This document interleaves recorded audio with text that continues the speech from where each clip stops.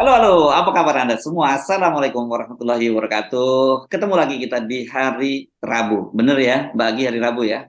Ya. Betul. Hari Rabu tanggal 14 November 2000 Desember 2022. Salah-salah aja nih. Dan Anda seperti biasa kami ajak ngobrol untuk membaca berita di balik berita dari Off the Record ya bersama saya Hifzul Arif. Dan saya Gibeta senang sekali menjumpai Anda. Kita kayaknya hari ini akan membahas yang seru-seru nih Mas Ersu nih. Yang seru-seru ya Mbak. Saya lagi dari sampai sekarang itu saya lagi terpikir-pikir, saya inget-inget dulu siapa teman-teman saya dulu yang nongkrong di lapangan gitu ya Mbak ya, terutama yang Iya. orang-orang televisi gitu ya. Saya lagi inget-inget gitu. Tapi kalau saya rasanya sih udah lama banget ya, bisa udah berapa 30-an tahun yang lalu gitu ya. Karena saya baca yang di Blora ini rupanya ada seorang kontributor gitu ya, kontributor TVRI. Loh, tiba-tiba 14 tahun, jadi tiba-tiba muncul dilantik sebagai Kapolsek. Ini makanya saya Luar saya biasa. mikir, saya kira sekarang banyak teman-teman di lapangan mulai tengok-tengok kiri kanan, ini siapa di antara teman gue ini yang intro gitu ya. Ya, ya, ya. Itu Lucu nih ya, Mbak ya. ya Ini lucu aneh, dan luar biasa. ini aneh tapi nyata ini menurut saya ya. Iya, iya. Iya, kalau kalau yang kejadian seperti itu, jadi berarti dia itu adalah sebagai intel ya Mas Ersu ya. Intel, tapi Berarti maksud dia, saya begitu undercover ya, kegiatan ya, undercover. yang jelas undercover ya. Ya, untuk apa tapi kenapa dia begitu lama ya, sampai 14 tahun kemudian dan baru ditarik lagi jadi jadi dari polisi kan biasanya seperti saya tahu kalau penugasan-penugasan begitu itu kan apa ya ada waktunya ya, misalnya karena ada peristiwa tertentu misalnya ya, ada event-event apa tertentu, nah dia masuk ke situ kan gitu gitu kayak dulu demo-demo misalnya Mbak ya, demo-demo. Nah, demo-demo itu dia masuk di situ bukan hanya sebagai wartawan, biasanya kadang-kadang jadi tukang siomay, jadi kang bakso gitu ya. Tapi kang bakso, atau kalau di Jakarta saya lihat banyak yang jadi ojek ya, ojek online gitu ya. Tiba-tiba ojek Ya, online tapi ya, ketika duduk tiba-tiba pistolnya ada muncul gitu, pistolnya. ada yang Iya, motret kan gitu. iya. Tapi kalau ini keren banget ini yang di Blora ini sampai 14 tahun dia dan dan baru Dan, sekarang dan tahu. selama Hmm. selama 14 tahun itu dia di daerah Blora terus ya. Biasanya polisi kan dipindah-pindahkan, dia Ya, bertugas ya. di mana. Berarti dia bertugas di situ terus gitu ya Di Mas Polda Hersi ya. tadi, di Polda Jawa Tengah kalau nggak salah, dia pernah di Hmm. Polda Jawa Tengah gitu yang disebutnya, baru kemudian ke Blora kelihatannya begitu. Gitu. Ini memang seru. Nah, yang menarik ternyata dia ini serius Mbak, dia sampai terdaftar di Dewan Pers sebagai anggota, status kewartawannya sebagai anggota Madya Mbak, wartawan Madya. Jadi ada tuh nomor-nomornya segala macam nomor. Jadi ini serius nih kawan, ini penyamaran, dan saya cuma bertanya-tanya apa ya dulu misinya gitu.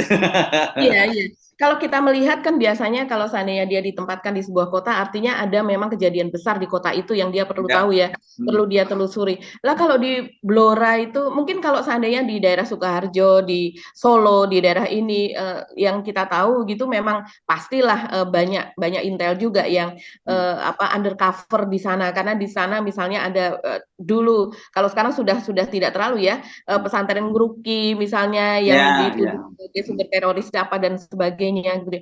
Kalau di Blora saya lihat sih kasus-kasusnya lebih banyak adalah pencurian kayu ya, terutama kayu jati.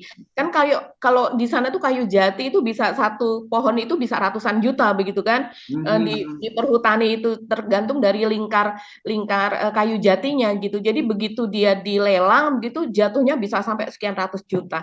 Dan itu banyak juga pencurian dan kemudian juga manipulasi dan mungkin bisa jadi juga seperti itu karena yang banyak diangkat oleh media itu.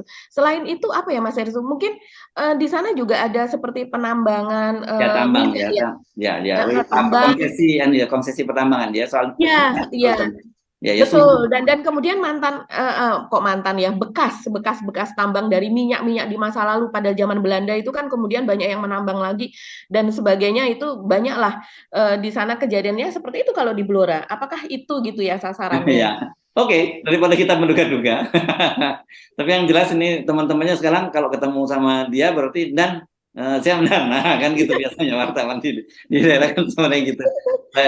Saya hafal Mbak kalau soal kontributor nih, kan dulu saya banyak semua kontributor kalau di kantor yang dulu gitu itu kan di bawah saya ya. Dikoordinasi oleh Mas Ersu ya. Iya, iya. Jadi kok saya tahu koordinator para kontributor. Tapi gini, kita pindahin tinggalin deh Pak Kapolsek ini ya, yang saya kira bentar lagi akan promosi jadi AKP. Ini saya baca dia ya, bukan baca, saya dapat kiriman video-video ini, saya tanya sama Mbak Agi deh, ini orang kok ternyata heboh dengan Ibu Mega ketika hadir dalam pernikahannya Kaisang itu menggunakan kayak itu loh, kayak perempuan-perempuan India gitu loh yang Oh ditindik iya. hidungnya itu lagi rame banget ya Mbak itu ya kelihatannya ya. Iya, iya itu lagi heboh ya Mas Hersu ya. Heboh. Oke, nanti itu kita bahas ya, karena di luar kehebohan soal Ibu Mega menggunakan tindik itu tadi, itu Ya. katanya juga Ibu Mega itu menenteng, sebutnya gitu, media menyebutnya menenteng Gibran gitu. Apakah sebenarnya di situ itu menurut saya untuk menarik kita bicarakan, karena nanti ini berkaitan dengan isu perpanjangan isu penundaan pemilu ya, atau penjadwalan ulang pemilu yang saya kira itu serius ya. Jadi kita minta perhatikan aja itu deh, jangan tergoda dengan isu-isu yang lain, karena bisa jadi nanti itu kayak yang disebut oleh John Macbeth ya, yang wartawan senior dari Selandia Baru itu, smoke and mirror gitu. Jadi kan smoke and mirror itu biasanya untuk mengarahkan orang ke semakin menjauh dari tempat yang dia tuju dengan smoke dan mirror, dengan kaca dan dengan asap gitu ya Mbak ya. Ini permainan pesulap. Jadi saran saya dalam beberapa pekan ke depan fokus kita itu soal penundaan pemilu ya, karena ini sekarang menjadi sangat serius. Bahasanya apa? Penundaan pemilu, penjadwalan ulang atau apapun, tapi itu betul-betul soal yang serius. Nah, tapi di luar itu menurut saya tertarik dengan soal dispute soal data nih Pak, antara BNPB dengan pemerintah daerah Cianjur nih Mbak, soal jumlah data yang meninggal korban ketika gempa di Cianjur kemarin, Mbak. Betul. Iya, Mas Hersu, itu juga serius ya, karena kemudian dari pihak Bupati itu dia mengklaim gitu bahwa sudah korban sebetulnya jumlahnya adalah 600 begitu, dan kemudian tapi itu dibantah keras gitu oleh BNPB begitu. Dan kemudian yang cukup mengherankan, kenapa data itu juga baru muncul sejak 2 hari yang lalu begitu, baru dikeluarkan, padahal kalau seandainya menurut penuturan Bupati itu dia sudah lengkap, datanya sudah lengkap, sehingga dia sudah bisa mengajukan kepada Kemensos begitu untuk mendapatkan istilahnya di sana kalau ada korban jiwa kan kemudian akan ada bantuan dari pemerintah itu sekian sudah diajukan secara resmi, artinya itu sudah cukup lama itu digodok. Sudah divalidasi gitu ya Mbak ya. Betul. Yang dilansir terakhir berapa ya jumlahnya? 391 berapa? 335. Itu data yang dan waktu itu saya ingat sekali BNPB mengingatkan kepada media untuk hanya merujuk data itu pada BNPB ya, tidak boleh yang lain gitu kan ya. Oke. Betul. Jadi apa yang terjadi menurut Anda ini Mbak? Kalau menurut saya ini dispute soal data ini agak mengherankan gitu ya, kenapa Pak Bupati ini baru mengeluarkan sekarang, walaupun misalnya itu adalah data yang benar begitu ya. Karena kalau menurut dari Pak Bupati ini, dia mengumpulkan itu tidak main-main begitu Mas Hersu. Jadi dia mengklaim seperti itu dia datanya misalnya dia mengatakan begitu. Karena banyak yang tidak melaporkan anggota keluarganya yang meninggal akibat gempa itu karena banyak yang langsung memakamkannya begitu. Jadi karena situasi sudah seperti itu, mereka langsung memakamkan, dan kemudian juga mereka kemudian mengungsi dan sebagainya, sehingga kemudian itu memang terlewat gitu data tersebut begitu.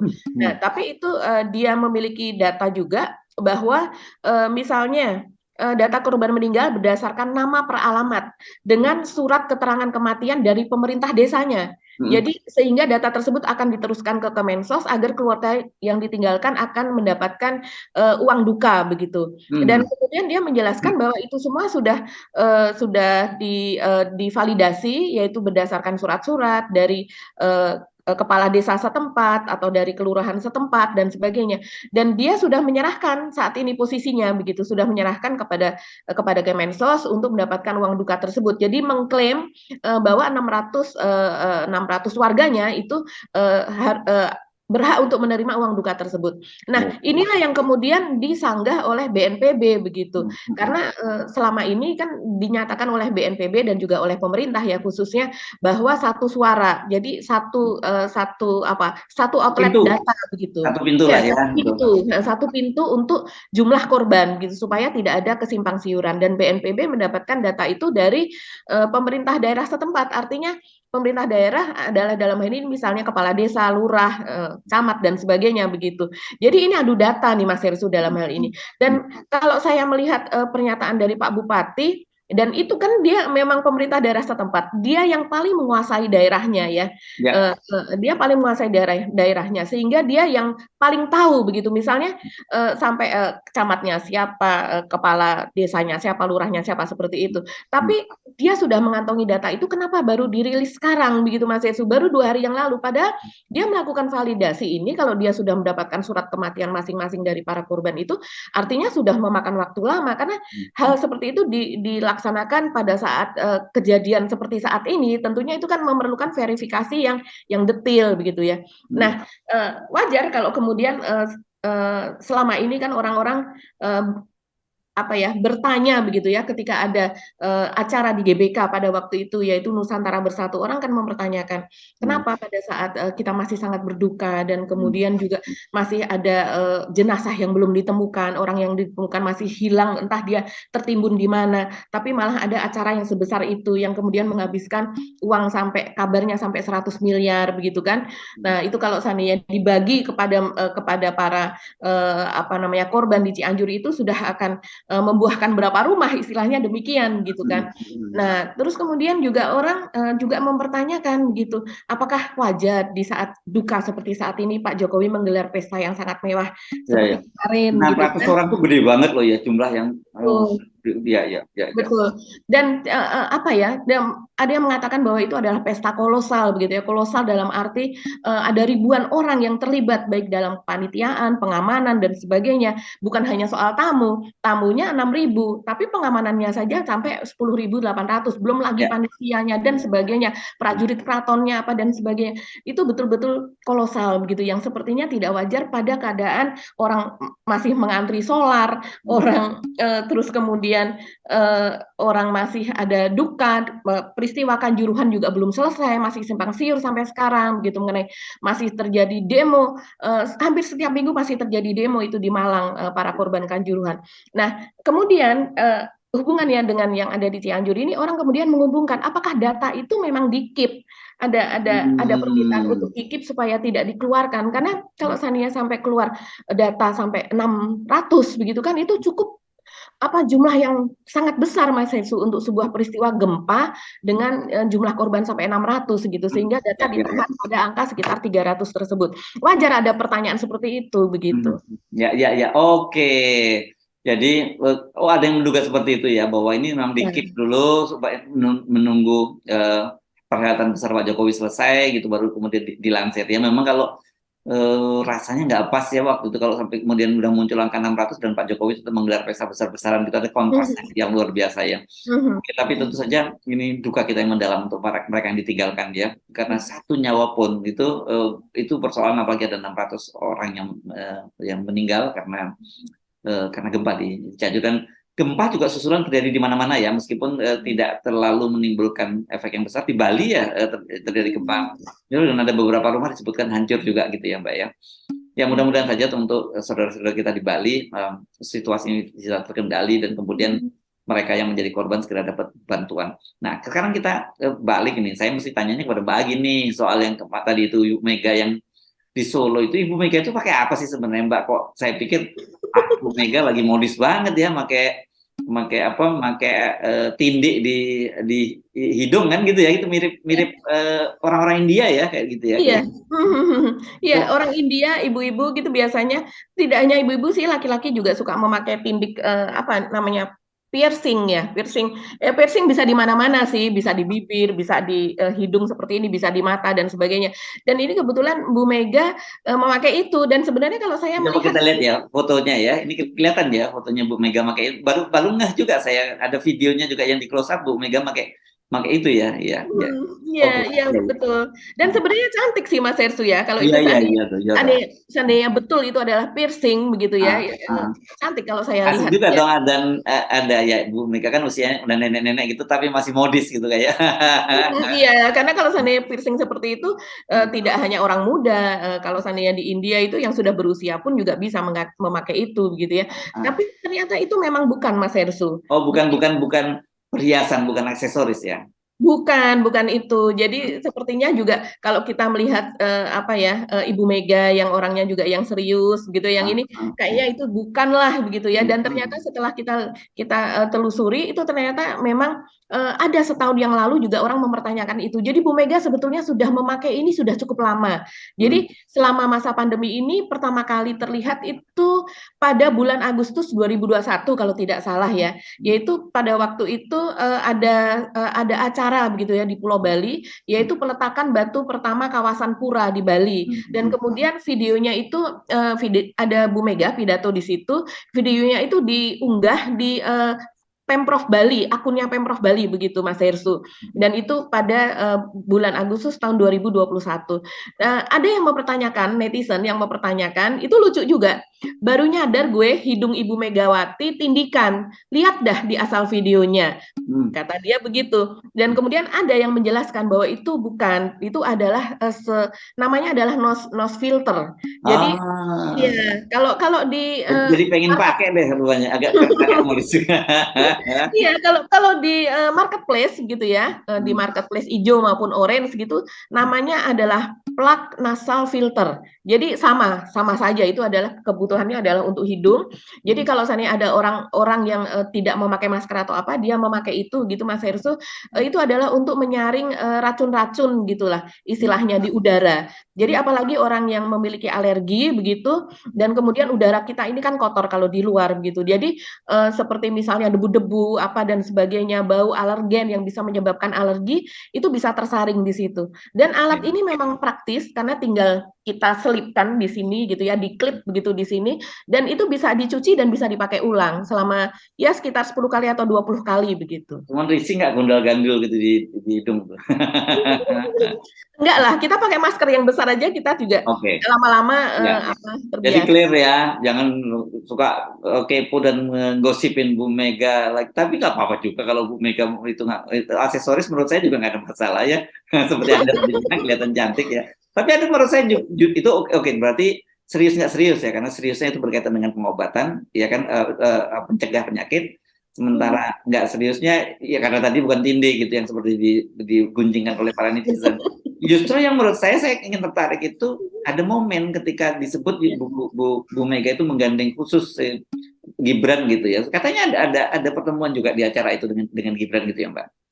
Iya, kalau apa ya diberitakan itu Bu Mega memanggil Gibran gitulah ya, mengajak Gibran untuk berbicara begitu. Dan kemudian selain Gibran, tentunya karena Bu Mega datang ke Solo itu kan ditemani oleh Mbak Puan. Jadi Ya. Mbak Puan menemani gitu pada saat pembicaraan tersebut. Jadi ada Ibu Mega, Mbak Puan, Mas Gibran dan juga Pak FX Rudi. Nah, Oh. ini tambahannya adalah Pak FX Rudi begitu. Orang tentu bertanya-tanya karena selama ini kan kita tahu Pak FX Rudi ini adalah pendukung dari Pak Ganjar begitu ya. Dan kemudian Loh, Pak bahkan Ganjarnya kan ada di situ juga, nggak ikut Pak Ganjarnya? ya Pak Ganjar tidak ikut ya. Nah, Tidak ini ikut atau tidak dilibatkan ya, bukan tidak ikut, tidak dilibatkan gitu ya? tidak dilibatkan dalam pertemuan tersebut. Nah, ini yang kemudian orang bertanya-tanya posisi dari Pak Ganjar dan apa yang dibicarakan di situ begitu. Dan ketika ditanyakan ke Mas Gibran, Gibran juga mengatakan bahwa ya tebak sendiri saja begitu apa yang dibicarakan gitu. Nah, kalau kita mau menebak, kita tentunya melihatnya awalnya adalah dari komposisi orang yang diajak dalam pertemuan tersebut. Ya, komposisinya gimana tuh? Karena bagaimanapun juga kita tahu selama ini Ibu Mega kan selalu menghalang-halangi Ganjar Pranowo gitu. Dan Pak F.X. Rudi itu kan selama ini bahkan itu pendukung diehardnya dari Ganjar Pranowo, bahkan sampai kena sanksi ya dari DPP ya, pernah dipanggil khusus dan sanksinya itu lebih berat dari Ganjar malah. Ya kan kalau nggak salah ya keras dan terakhir pada waktu itu kan. Iya, terakhir betul. Iya. Oke. Jadi konteksnya itu apa gitu. Dan sementara kalau Gibran orang terlalu mengkait-kaitkan itu dengan urusannya pada pilkada untuk gubernur ya, gitu kan, Mbak? Gitu. Apa ada bocoran lain yang Anda dengar? Saya sih tidak mendengar bocoran yang lain ya Mas Hersu, tapi ya pembicaraan di medsos itu ya mengarah ke situ. Kalau Gibran mungkin adalah untuk pilkada untuk Jawa Tengah ataukah DKI Jakarta seperti itu untuk karir Gibran yang selanjutnya begitu ya. Dan artinya itu kan karir dari pihak keluarga Pak Jokowi begitu. Dan kemudian kalau dari Pak FX Rudi ya ini mungkin ada sesuatu yang diberitahukan dari Ibu Mega ini untuk meminta pengertian dari Pak FX Rudi gitu, entah apa. Tapi kalau seandainya kita melihat itu tadi ya, dari Bu Mega serius memelihara kesehatannya, menjaga kesehatannya, kita berharap Bu Mega terus sehat deh, Iya. supaya bisa menghalangi 3 periode dan Nah, itu perpanjangan. dia. Menurut eh, saya itu yang paling penting. Justru menurut saya paling serius itu sekarang adalah upaya-upaya untuk menghidupkan kembali ya mhm, 3 periode ya. Entah apa mhm, namanya itu penjadwalan ulang, penundaan pemilu dan sebagainya. Itu soal serius. Saya mendengar dari beberapa sumber yang mengetahui soal ini, jangan dianggap itu bercandaan, Mas. Katanya, Mas Heru jangan anggap itu serius banget. Mereka bilang begitu. Jadi mhm, apa udah matang lah gitu situasinya sekarang. Tetapi tentu saja kita teringat kan bagaimana peran Ibu Mega menghalangi Pak Jokowi ya yang dalam kasus 3 periode yang gelombang pertama. Apa kita nyebutnya mhm, gimana ya? Apa partu ya? Perpanjangan masa jabatan partu yang ini part one, yang ini part mhm, two gitu kan ya. Dulu iya, kan ada kan cepet rame di awal kemudian turun termasuk itu bersamaan kan kita bisa melihat dulu bagaimana Ibu Mega sampai kan Ibu Mega ini memimpikan itu mhm, soal PPHN untuk menghidupkan kembali ini mhm, semacam GBHN ya pokok-pokok pikir mhm, haluan negara dan itu kan bersamaan dengan pemilu langsung itu jadi ditiadakan karena dulu GBHN itu karena konsepnya seorang presiden itu menjadi mandataris dari MPR yang dia harus menjalankan GBHN kan gitu. betul. Dan ternyata meskipun itu di zaman Orde Baru memang cukup bagus. Rupanya Ibu Mega meskipun itu adalah konsep dari Pak Harto nggak terlalu alergi ya karena anggap itu bagus. Mhm, Ibu Mega ingin menghidupkan ya, kembali. Tapi memang agak dan itu harus melalui amandemen kan gitu ya. Karena bagaimanapun sistem pemilu kita itu kalau dengan pemilihan langsung itu nggak lagi pakai GBHN tapi yang mhm, dipegang orang apa janji pemilu kan gitu yang dipegang betul, ya. iya, Dan mhm, kemudian kan kita tahu karena supaya Ibu menghalangi niat Pak Jokowi untuk jadi yang disebut sebagai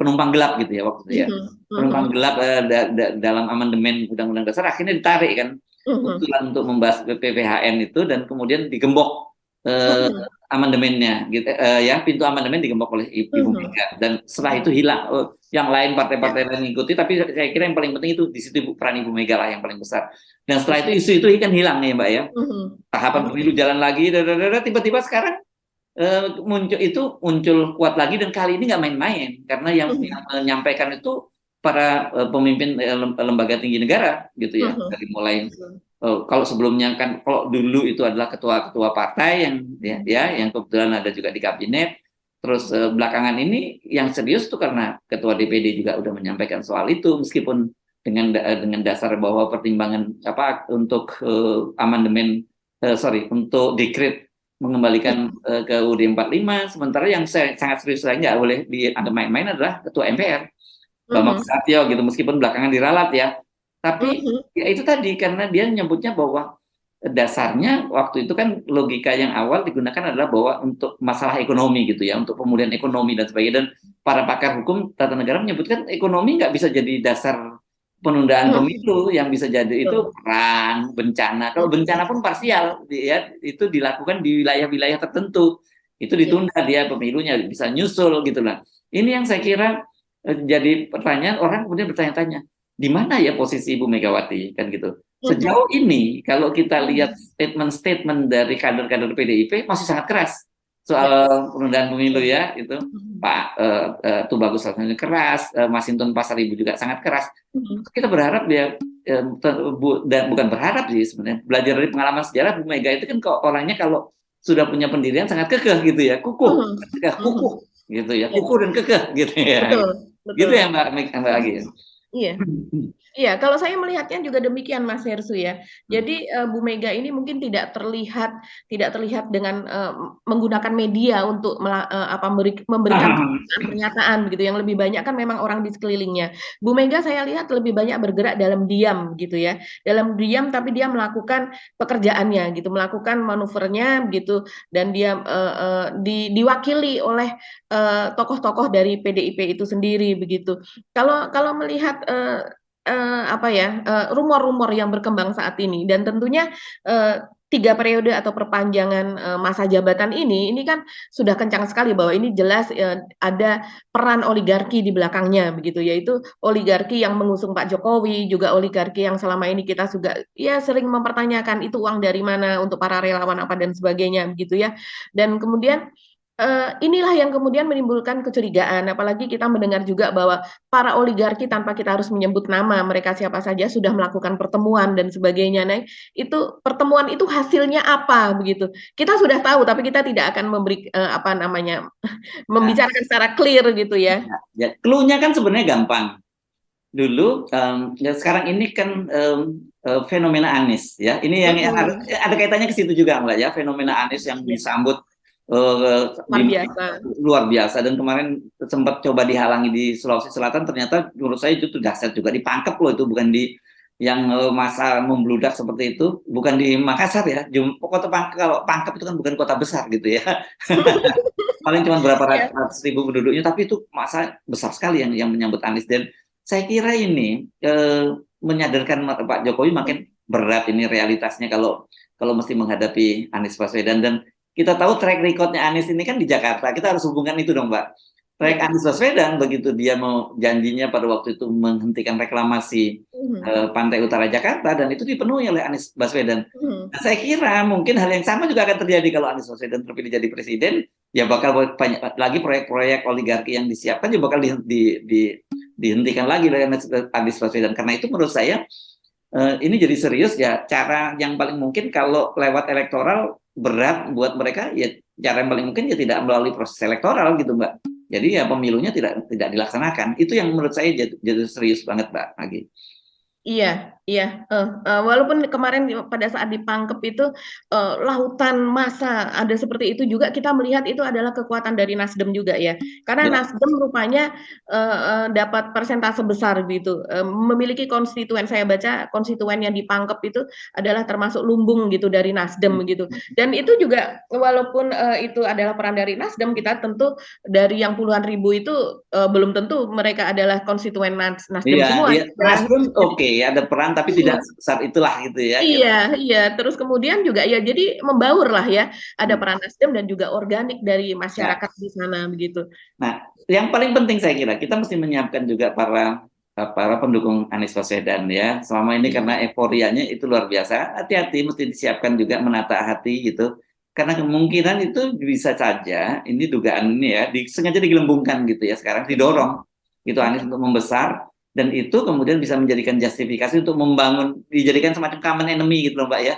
Ya si Anies jadikan musuh bernama, tuh lihat kalau kita pemilu nggak ada yang bisa menangin lawan Anies. Daripada ngapain pemilu kemudian Anies yang menang, lebih baik dia nggak usah dilaksanakan pemilu gitu, dan kita bagi-bagi aja di antara kita. Itu yang menurut saya mesti hati-hati sekali. Karena itu menurut saya sekarang ini Anda yang lain boleh tidak sepakat dengan pernyataan kita ya Mbak Agi ya, tapi saya kira saya dan Mbak Agi sampai satu kesimpulan, sekarang ini yang bisa menghentikan itu ya kekuatan-kekuatan politik, dan politik utama itu adalah pada PDI, pada Ibu Megawati gitu ya, kalau kita belajar dari kemarin yang perpanjangan masa jabatan part 1 Mbak ya.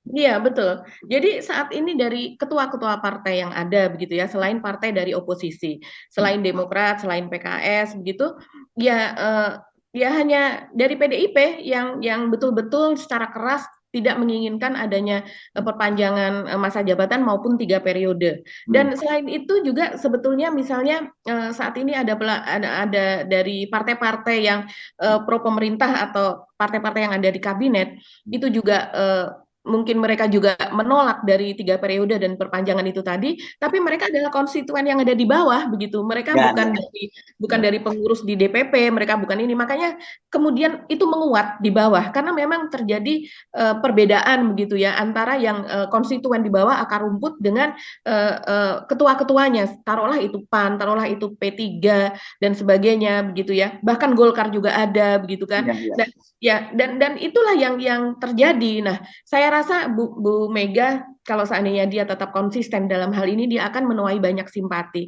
Dan itu kemudian juga akan membuat yang selama ini orang-orang yang apa ya a priori terhadap PDIP karena melihat langkah-langkah PDIP selama ini seperti itu begitu ya Mas Hersud, di mata banyak orang PDIP itu abangan misalnya sekuler apa dan sebagainya. Tapi ketika dia menunjukkan jati dirinya yang menjaga konstitusi begitu, terus kemudian dia menjaga Pancasila yang sesungguhnya seperti ini begitu kan, NKRI ya seperti itu, maka orang akan bersimpati dan itu kemenangan besar untuk Bu Mega dan itu legacy yang akan Saya yang kira ya. iya akan menjadi legacy dari Bu Mega itu yang orang akan selalu mengingat meski misalnya Bu Mega sudah tidak ada nanti.